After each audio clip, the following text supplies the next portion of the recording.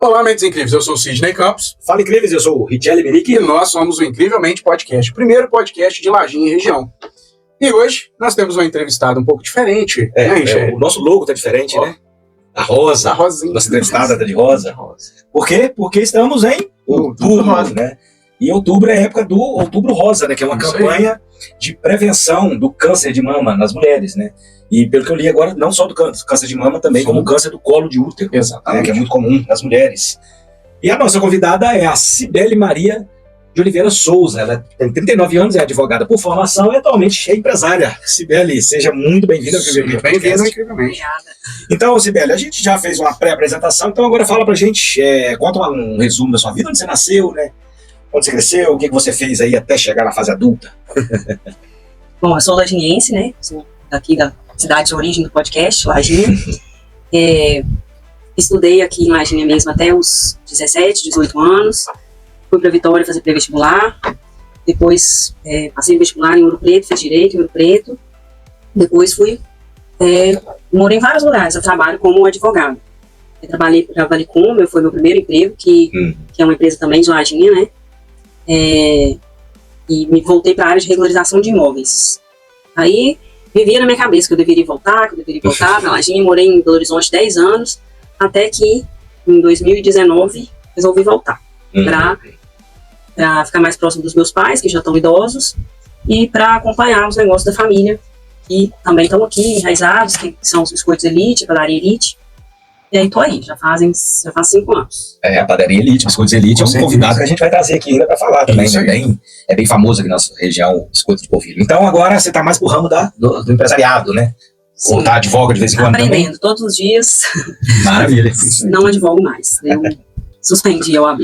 E já todo mundo que sai de Lajinha volta pra Lajinha. Então o negócio é Lajinha. Que Ouro Preto é bom, né?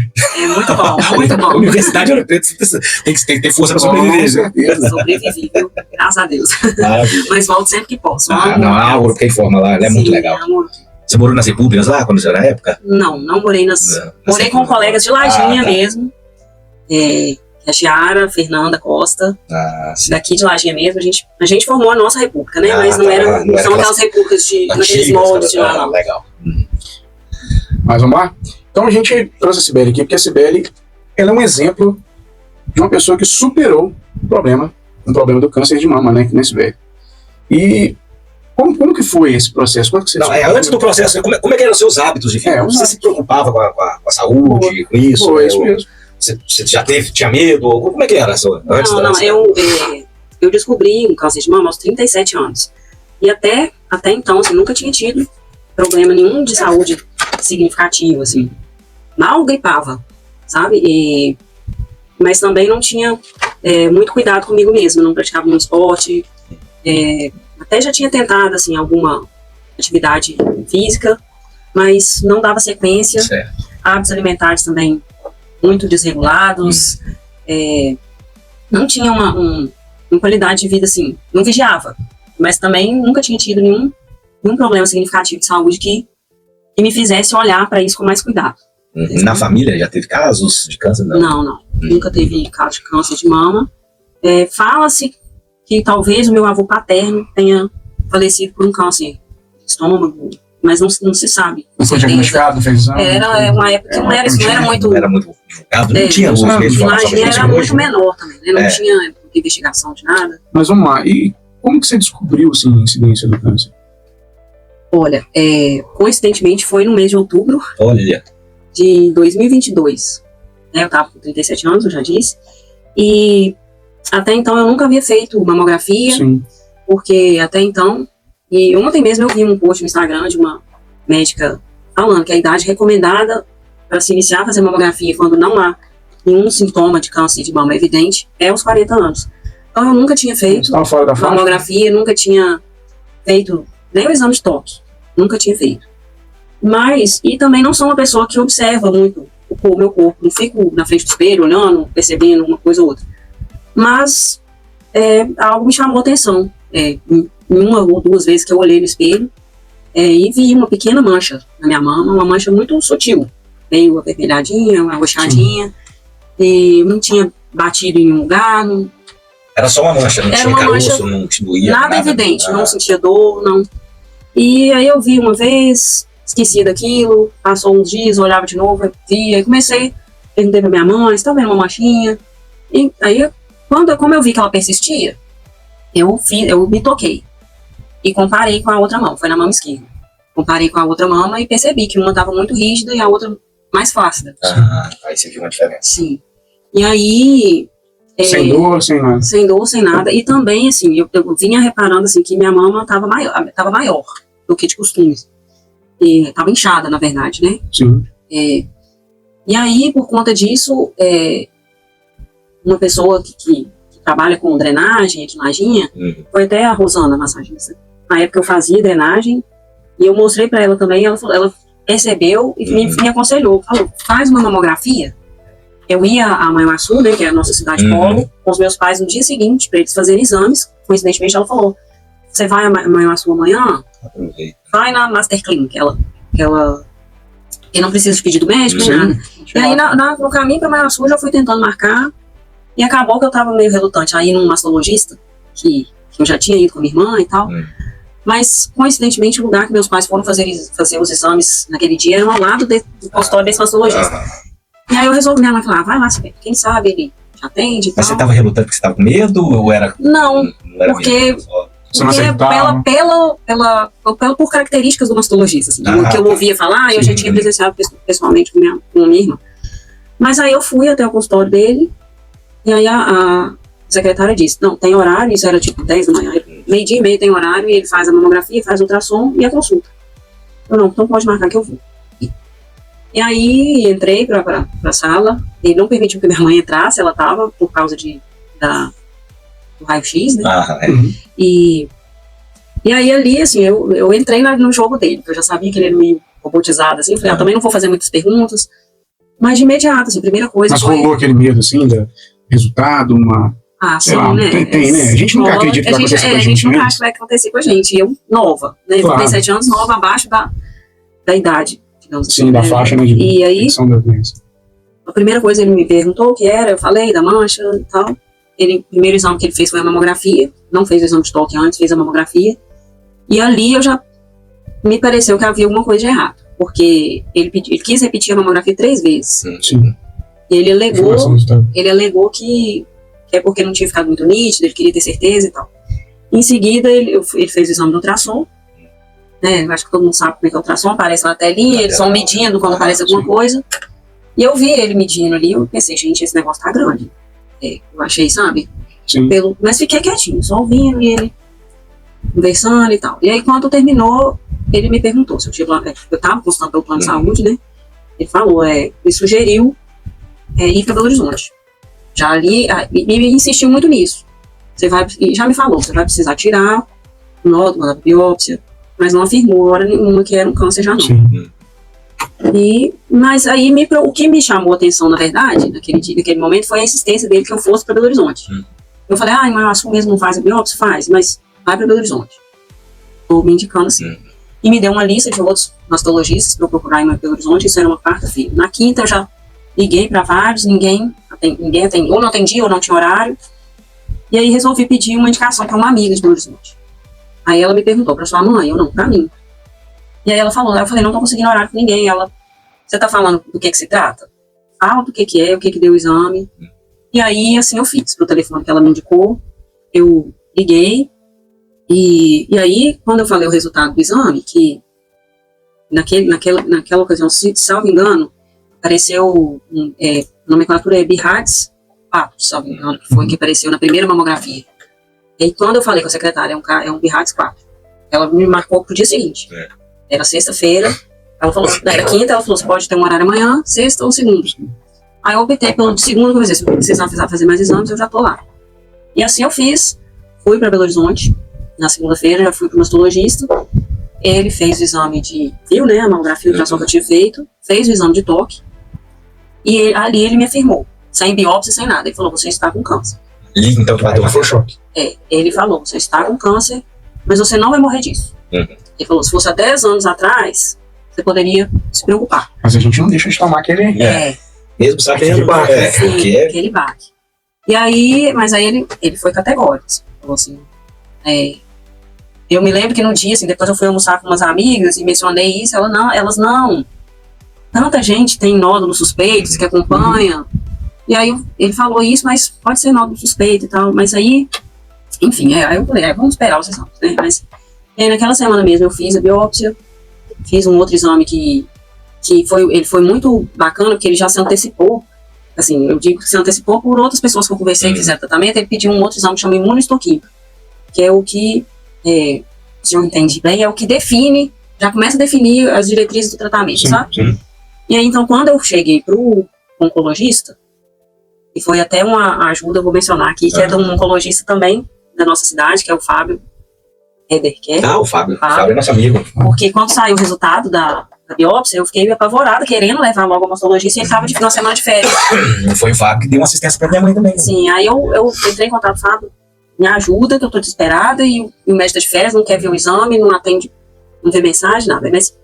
E aí ele ligou para um oncologista, que foi o oncologista com quem eu fiz o tratamento, né? E da mesma forma, isso era uma quarta, se não me engano, era a semana do feriado de finados, 2 de novembro. Sim. E aí o médico, ele passou meu telefone pro médico, o médico me ligou, falou, eu vou passar seu telefone para a secretária te ligar, que se você ligar, nós vamos falar que não tem horário.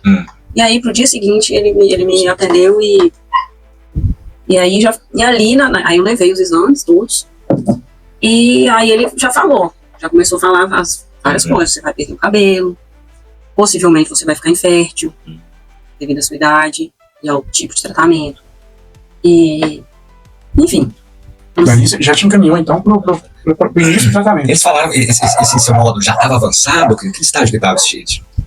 Olha, eles me disseram, assim, esse médico, esse oncologista, né, me disse, possivelmente, você descobriu precocemente, vocês me perguntaram antes sobre a questão de fé, né, eu vi o agir de Deus muito em todos os momentos, a começar pela manchinha, pelo aparecimento da manchinha, porque foi ela que me fez me chamou a atenção para minha mama. Então, o conhecimento do seu próprio corpo é importantíssimo, né? Sim, como você mesmo disse que você não olhava muitas vezes no espelho. Para quem não olha, para quem não se cuida, vigia os sinais do corpo. Nós falamos aqui, as entrevistas passadas, né, sobre os sintomas, né? Até com a Renata Emerick, nós falamos sobre a importância dos sintomas. Os sintomas são importantíssimos, a gente fica de olho. Ele me disse o seguinte, que era possível que 6 meses antes, se eu tivesse feito esses exames, eu não teria nada. Eu descobri muito então você precocemente. Mesmo assim, você teve que passar pelo processo sim, químico. Porque ele estava avançado, estava grande, e ele me disse, assim, são expressões assim, que eu me lembro bem desse dia, assim, ele me disse, o seu tumor é muito agressivo, mas ele também é muito responsivo. Ele responde bem à medicação. E assim foi, assim, aí até em 15 dias, salvo engano, o plano de saúde aprovou o início da quimioterapia, que esse foi o processo que eu passei. Primeiro quimioterapia, depois cirurgia, depois a radioterapia. Desde o princípio, tanto o Fábio falou que provavelmente seria isso, quanto o mastologista, quanto o oncologista. Os 3 falaram a mesma coisa. O tratamento que você vai fazer é isso. Se salvo engano, é quimioterapia neoadjuvante. E aí, assim, em 15 dias, o plano aprovou, eu dei início à quimioterapia. Entre a primeira e a segunda químio, os médicos já, porque assim, todos os dias que eu ia fazer a químio, antes de iniciar a medicação, eu passava pela sala do oncologista. Eles faziam um exame, né, de toque. E aí já, entre a primeira químio e a segunda, eles já perceberam a diferença. O nódulo já não era mais tão palpável, sabe? Então, desde a primeira, graças a Deus... E foram quantas químios? Foram 16 químios. 16. Como é que é? Uma por mês, por semana? Foram 4 vermelhas, que eles falam. Inicialmente elas seriam de 15 em 15 dias, essas 4 primeiras vermelhas. Mas aí, para surpresa dos médicos também, eles pediram e o plano aprovou, que foi um outro tratamento que chama esqueci, do branco. Quimioterapia, imunoterapia. Que é para proteger as células boas, porque infelizmente a quimioterapia por ser muito agressiva, acaba afetando outros órgãos. Muita gente às vezes que falece, não falece do próprio câncer, falece do tratamento agressivo. E aí, quando eu cheguei para a segunda quimio, a oncologista, a doutora Bárbara, que também acompanhava o médico que o Fábio indicou, o Leandro, ela falou, aconteceu uma coisa ótima. Eu pensei, eu fui curada já, né? Ela não, o plano aprovou esse tratamento que protege as outras células. Então, aí, a partir daí, por conta desse outro tratamento, passou a ser de 21 em 21, não de 15 em 15. Até finalizar as 4 vermelhas. Aí depois, 12 brancas, que era semanal. Aí acaba rapidinho, sabe? Sim. Ao todo, então, foi quanto tempo lutando? Eu comecei em 1 ano e meio, quase. novembro, as químios. E Isso. terminei as químios em abril. Operei em maio. E fiz a rádio. Julho, agosto. Depois você fez rádio ainda. Fiz Depois, a porque faz depois da operação, como ela Sim. fez. Isso. Mais de um ano, né? Foi. Não, um ano praticamente. praticamente. Porque até eu terminar, porque essa imunoterapia durou um pouco além, sabe? Depois das rádios, eu fiquei fazendo imune até. Nesse processo aí da químio, aí veio a queda do cabelo, né? Sim. Como é que foi isso aí? Como é que você passou por isso aí? Como é que ficou psicológico, né? Olha, o cabelo começou a cair na segunda químio. Você já sentiu a... Eu conheci uma colega lá em tratamento, já vi que ela estava careca, e antes de eu entrar para a segunda químio, no dia de entrar para a segunda, e ela me afirmou, meu cabelo caiu todo na noite que eu fiz a segunda químio. Meu Deus, é hoje então, né? Eu já entrei pensando. E aí, naquela noite eu cheguei e falei, não vou nem lavar meu cabelo. Mas aí era uma sexta-feira, no sábado quando eu entrei pra tomar banho, lavar cabelo, aí sai assim na mão. Muito, muito, muito. Essa foi a hora, assim, que eu acho que durante o tratamento todo, assim, que eu chorei, assim, porque, mas nem foi pela queda, por pensar, vou ficar careca, Pelo processo foi que eu que você pensei, tá passando. caramba, já não vale nada. Nessa hora, o que passou na minha cabeça foi isso, sabe? Eu pensei, um dia desse eu tava em salão, gastando horrores pra ficar loura, e agora, sem eu querer, o cabelo tá caindo. E aí, eu saí do banho, já... Foi outro agir de Deus que eu senti ali, que eu saí do banho nesse momento chorosa e chamei minha mãe, na hora, e ela chorou junto ali. E aí, quando eu saí do banho, uma colega minha de BH, que foi até a mesma que me tinha indicado mastologista, me falou assim, Beli, tô num salão aqui, era o mesmo bairro que eu tava ficando. Aí eu perguntei pra ela na hora, pergunta pra moça se ela raspa o meu cabelo. Ele acabou de começar a cair. E eu não queria continuar, né, vendo aquela situação do cabelo caindo. E aí, assim, coincidentemente, ela estava no salão, que era lá perto, alguém de confiança dela e tal, e eu ia ter a companhia de alguém conhecido. E aí eu fui. Aí a moça não quis cortar. Primeiro ela me chamou, fez uma oração e me abraçou e vai ficar tudo bem e tal. E aí ela falou, não, nós não vamos raspar hoje. Cortar. Se ele continuar caindo, você volta aqui. E aí eu cortei ele mais baixinho do que ele tá hoje. E ele durou uma semana. Foi ficando falhado. Aí eu já estava em Lajinha. No sábado seguinte, aí eu raspei aqui. Aí foi outro momento que eu chorei também. Porque, assim, a gente tá acostumado com a imagem da gente com cabelo, né? Quando eu me vi no espelho, assim, sem cabelo, e não fica a cabeça totalmente careca na hora que raspa, assim. Ficou vários lugares que já tava sem nada, outros... E mesmo com a máquina zero, sabe?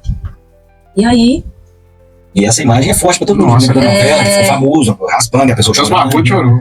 Ali, aí todo mundo no salão acho que é a hora mais... Sem jeito, não, cara. Nessa hora, todo mundo que tava no salão chorou comigo ali, sabe? Porque é impactante pra todo mundo a imagem. Ali mexe com o seu psicológico, ali mexe com o seu emocional. As mulheres, né, que tem cuidado com o cabelo, aquela coisa toda, né? Sim. Beleza. Então, depois disso tudo, começa a parte feliz, né? Isso, cara. A vitória sobre a doença. Sim. Né? Então, como foi, depois da última químio, né, como é que ficou o alívio, como é que foi esse pós-tratamento? O que você sentiu? Não, cada etapa concluída, né, tem lá o sininho pra gente bater, que é muito satisfatório. Bater o sino é bom demais, gente. Eu quis bater mais de uma, fiquei lá horas batendo, se deixar. No final da químio, e depois também quando eu fui liberada da rádio. São várias vitórias, né? Tem a químio, depois tem a cirurgia. Aí a gente fica assim, apreensivo, assim, porque a gente ouve de várias pessoas, assim, eu fico apreensivo de falar sobre isso, porque às vezes com colegas em tratamento, outras pessoas, porque assim, não tem regra. Cada um sente uma forma, cada um reage de uma forma. Individual, né? Cada um tem um efeito diferente, um sintoma diferente. E assim, como a minha irmã que fala, assim, que eu não entrei na doença, que eu passei. Passou por ela, né? Eu passei por ela. E assim, foi o que eu tentei fazer mesmo. Mas aí também tem aquela questão, até que eu ia te perguntar. Teve uma comoção por parte de muitas pessoas, né, que fizeram corrente de oração pela sua vida. Sim. Né? E nesse processo também de oração, você fez alguma promessa? Você decidiu? Porque você passou em várias igrejas depois agradecendo, contando o seu testemunho. Como é que foi isso aí? Não, eu não fiz promessa, não. Eu não sou das promessas. Mas eu, assim, eu fui parada na cidade, assim, várias vezes. Eu recebi mensagem. Meu Instagram era fechado. Era tanta gente pedindo pra me seguir que eu não conhecia. Eu falei, eu vou abrir. As pessoas mesmo. Sim. Eu sabia, assim, muitas pessoas me mandando mensagem, estão em oração por você na minha igreja. Pessoas que eu não conhecia, outras que eu conhecia. Que me veio, assim, um propósito de quando eu finalizasse o tratamento, eu visitar as igrejas. Foi uma promessa, não um propósito. Foi um propósito, assim, de agradecer, né, as orações, porque elas me mantiveram forte, assim, muitas pessoas falam assim, você tá forte, parece que não tá doente, assim, graças a Deus mesmo, assim, passei muito bem, tive sintomas, claro, tive efeitos, né, claro, mas assim, perto do que eles alertam, assim, no dia da primeira químio, o meu caso lá foi, acho que um enfermeiro da clínica, me chamou e falou, pode acontecer isso, evita aquilo, tipo, não faz as unhas, não pode fazer as unhas, tipo, não pode comer comida japonesa, não pode, enfim. Imunidade baixa, né? Evita isso, evita aquilo. É tanta coisa, assim, que eles falam que pode acontecer. E aí a gente já fica esperando o pior, né? E assim, diante daquilo tudo, eu considero que eu tive efeitos leves. E eu acho, assim, que, inclusive a minha irmã, uma das minhas irmãs fala, assim, que nas orações dela, ela falava órgão por órgão meu. E diz ela que lembrava, assim, que não tem vesícula, eu tirei vesícula há muitos anos. Aí quando chegava na vesícula não tem. Mas que ela falava, protege que o remédio haja onde tem que agir. E aí, assim, eu sinto isso, que as orações me atingiram, assim, poderosamente, foram abrindo os caminhos, assim, me colocando, né, os médicos rapidamente. Abre os olhos da gente também, assim, a gente acha às vezes que nós não somos vistos, né, por outras pessoas. Sim. E acabando que as pessoas que olhavam pra você viam ali uma muralha. Viu uma pessoa forte que estava passando pelo processo e que se comoveram. Algumas pessoas até usam muito a expressão guerreira, né, eu não gosto muito dessa expressão, já vi outras pessoas que passaram. Eu acho que guerreiros somos todos. Todo mundo trabalha só. Batalha. Mas assim, eu fiz o que tinha que ser feito e graças a Deus, assim, tive muita sorte, assim, com muitas coisas, né? Eu acho que assim, tão importante quanto o tratamento, os remédios, as orações, claro, é o seu psicológico. Claro, se você acreditar que vai curar. Eu acho que isso é quase que metade da cura. Claro. Assim, em momento algum eu questionei Deus, por exemplo. Por que eu tô doente? Por que eu? Aos 37 anos? Porque não questionei. Você aceitou, então é esse o caminho. 37 anos eu tive plena saúde. Você não houve relutância da sua parte em fugir. Porque... por exemplo, eu cheguei a mencionar isso em algumas igrejas. Por exemplo, que é tanta história que a gente conhece nesses tratamentos, tantas pessoas passando por situações diferentes. Por exemplo, eu percebia meus pais idosos me acompanhando. Tem gente que mal conhece os pais. É órfão desde a infância. Nesse período de tratamento você conheceu muitas pessoas, não foi? Sim. Principalmente lá em tratamento. Teve alguma história assim, que te comoveu, que marcou? Você pensou assim, essa aqui eu vou guardar para o resto da vida? Assim, acontece, por isso que eu falei que é difícil às vezes falar como foi pra mim, e que cada caso é um caso. Porque eu conheci, por exemplo, uma moça, eu já até procurei, eu não cheguei a trocar telefone com ela, nada, mas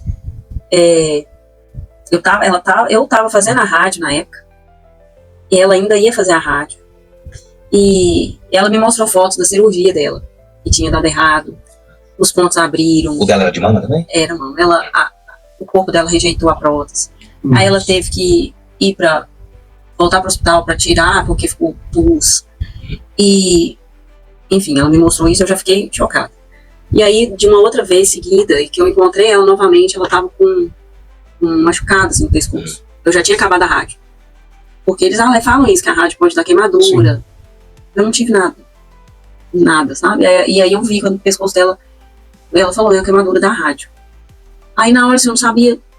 Fica eu não sabia nem o que falar. Assim. E aí só agradecer a Deus, assim. Mas eu quero dizer também, porque assim, eu não gosto nem de falar que eu fui abençoada demais. Porque antes eu falava isso, e fica parecendo que as outras pessoas não. Necessário. Mas cada um é abençoado de uma forma, né? Sim, claro. E, enfim, é isso. Aí chegou na cura. Sim, né? Com certeza. E depois dessa cura, o que mudou na sua vida? A questão dos hábitos que antes você não tinha. Hoje você cuida mais da saúde, você presta mais atenção nessas coisas. Sim. A questão de alimentação, esporte, você voltou a fazer alguma coisa. Como é que tá a vida da Cibele agora depois da cura?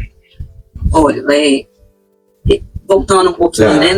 O câncer, né, desde então, assim, a gente comecei a ler um pouco, vi muitos vídeos na época do diagnóstico.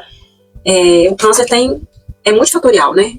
Pode ser genética, a causa pode ser genética, pode ser o sedentarismo, obesidade, são várias causas. Inúmeros fatores. Né? Emocionais, enfim. Não dá para dizer o que foi, causou, o que não. Mas eu cheguei a fazer um teste genético e né, eu já sabia que não tinha nenhum caso conhecido da família. Fiz o exame genético, deu que é negativo. Porque minhas irmãs pensaram, né? Se for genético, a gente pode fazer alguma coisa pra ele. Sim, então, e assim, desde o início do tratamento, eu comecei a ver algum material falando disso tudo. E dentre vários vídeos assim, que eu assisti, um me chamou muita atenção. Que eu cheguei a pensar, eu criei o meu câncer. Inclusive, eu divulguei muito esse vídeo, compartilhei ele muito, que é de um advogado, se não me engano. E ele falou que aprendi com câncer. Ele tem, parece, um livro também escrito com esse nome. E ele teve um câncer no esôfago.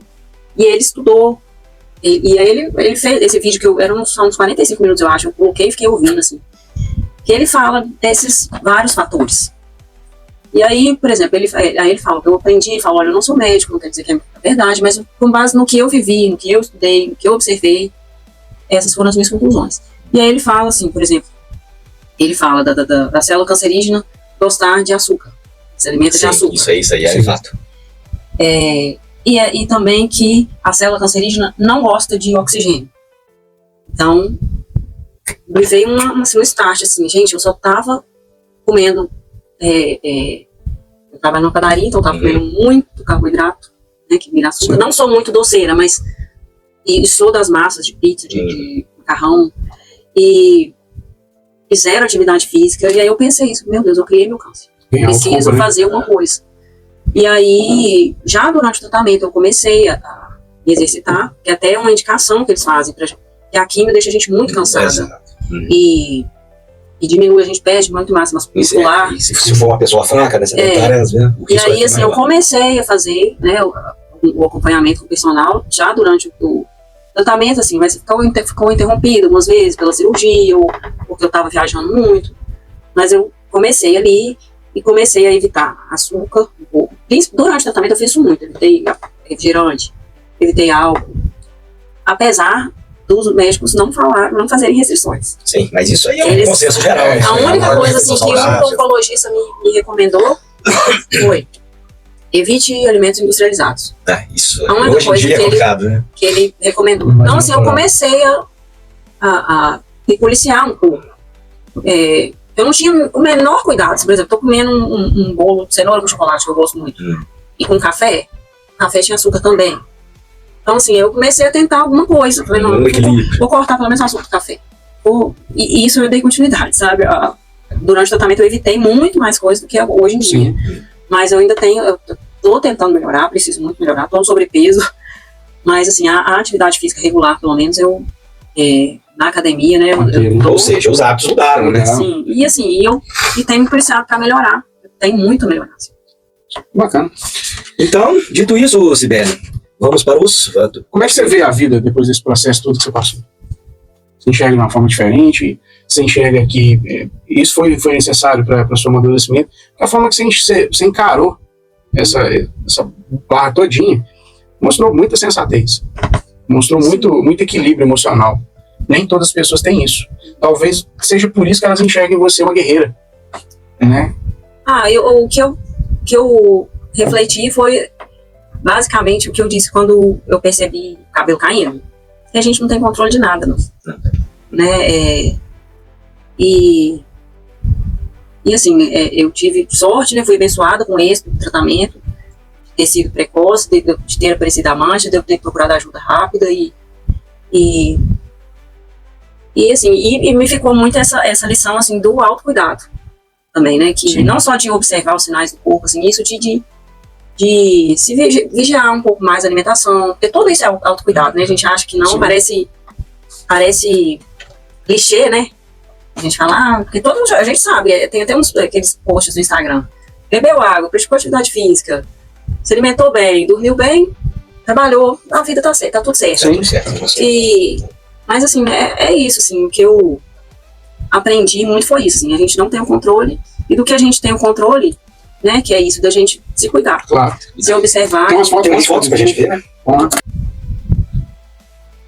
Então vamos aqui, olha como é que a gente vê que é uma doença silenciosa e quase que invisível. Olha, a manchinha é essa aqui, né? Que parece um hematoma, né? Parece uma mancha normal. E foi aí. uns barrãozinhos no móvel, alguma coisa, mas. E aí foi a primeira foto que você tirou quando você viu. Essa mancha. Foi nos dias que você descobriu? Quando que foi essa foto? Você lembra? Ai, não me lembro. Mas assim, eu acho que eu já tinha visto há algum tempo. Mas não foi a deu primeira vez que eu importância. tirei, né? Não foi a primeira vez. Eu acho que entre a primeira vez em que eu vi e fui fazer a mamografia, deve ter tido um mês e meio, 2 meses. Então a importância de conhecer. E a gente já pula pra ela tocando o sino. Isso aí foi no final da químio. No final da químio. No final da químio. Aí dá pra ver Canequinha. a cara de alegria. Foi bom. Traz o sininho pra casa, pra você tocar todo dia. E aí a gente fica. Mais alguma coisa, Cid? Não, aqui tranquilo. Sibeli, você tem alguma mensagem pra deixar pra alguém? Para as pessoas que não têm câncer, né? Já fica a dica. Cuidado com a saúde, ela já deu as dicas Claro, aqui, né? com certeza. Os hábitos de vida. Porque a gente não sabe de onde o câncer pode vir, de onde a gente menos imagina. Sim. Mas não é bom dar bola pro azar, né? Se alimente melhor, né? É assim, não, mas em especial, né, para as mulheres no Outubro Rosa, porque assim, durante o tratamento, eu cheguei a mencionar isso na igreja, em algumas igrejas. Aproximou uma senhora de mim e me disse, assim, me disse, eu quero ouvir seu testemunho e tal, no final. E ela me disse, eu sei que eu tenho nódulos, mas eu não tenho coragem ao médico. Mas é complicado, para acompanhar, né? por medo. Medo de... E isso é muito pior, porque a coisa pode evoluir. Vai sofrer muito mais. E foi o que eu disse, assim, nas igrejas, assim, eu fiquei até com medo de ser, às vezes, mal interpretada, assim, porque a gente tem que acreditar em Deus, ter fé, buscar. Mas temos que fazer a nossa parte, né? Fazer a nossa parte, por isso existem os médicos, existem os exames. Os remédios, os tratamentos, né? E assim, uma das formas, né, antes mesmo da mamografia, é o autoexame. Que eu também ouvi de mulheres, assim, mulheres esclarecidas falando, eu nunca fiz, porque eu não tenho coragem, tipo assim, por vergonha às vezes de se tocar. E pior ainda, cara, a incidência em homens, ela é rara. Mas existe. Mas existe. Você, e ela é 1% dos tratamentos. Você falando isso, o dia que eu fui no mastologista em Belo Horizonte, quando eu tava na sala de espera, saiu da sala do médico um homem. Olha. Ele tava com câncer de mama. Aí vou deixar uma dica pra vocês aqui. Tá sentindo muito cansado, você não tá tendo energia pra nada, você sente fadiga constante. Vai lá, mede lá a sua testosterona, vê como é que tá, né? Faz um check-up médico, procura um especialista. A gente sempre tá falando isso aqui, todas as pessoas que nós temos trazido aqui, médicos, psicólogos. Você sentiu alguma coisa, não deixe de procurar um profissional. Sim. As pessoas se prepararam para isso, para poder te receber lá. Então, os sintomas são sinais de que alguma coisa não está certa. Sim. Então, o melhor tratamento é a prevenção. E assim, o exame de toque, ele é importante também porque eu tive a sorte, né, digamos assim, da manchinha. Me dá um sinal, um alerta, de alguma coisa. Mas eu lembro que quando eu estava em tratamento, eu às vezes pensava assim, gente, quantas mulheres podem estar com isso e não sem sintomas, e às vezes evolui por isso. Por que eu pensei isso? Porque na minha outra mama também apareceram nódulos, que eu não sentia, não eram palpáveis. Ou não tão palpáveis quanto aquele que deu. O outro era tão palpável que é como se tivesse empurrado a pele da mancha, sabe? Então, assim, o exame de toque é importante por isso, assim, e essa imagem ilustra bem, assim, como realizar, né? Muito fácil, né? E eu esqueci de perguntar, você te removeu teve que remover a mama toda? Foi uma só, as duas? Te removi uma mama. Colocou prótese no lugar? Coloquei prótese. Não, já sabe, parece não, agora já é legislação do SUS que as mulheres não podem sair sem a prótese, salvo engano, sem a prótese ou sem um extensor, que chama. Sim. Que não necessariamente de imediato é a prótese, desse extensor. Mas é a legislação do SUS. E na outra você chegou a fazer alguma cirurgia ou não precisou? Fiz uma intervenção para tirar os nódulos. Isso foi só... Até para biópsia que ainda não tinha realizado. Mas os médicos não quiseram tirar a outra mama, então não fiz isso. Eu pensei em fazer por prevenção e tal, mas não precisou. Maravilha. Gente, muito bom. Abordamos. Pessoal, então, a gente termina aqui, agradece a Sibeli. Sibeli, muito obrigado. Que Deus te abençoe com muita saúde. Amém. Né? E vocês procurem se cuidar, gente. Por favor. Sibeli, muito agradecido. Obrigado. Valeu pela sua presença. Mais esse esclarecimento aqui no Incrivelmente Podcast do Outubro Rosa. Exatamente. Valeu, incrível. Valeu, incrível. Pronto. Tá stop. Nem doeu. Falei demais, hein, gente.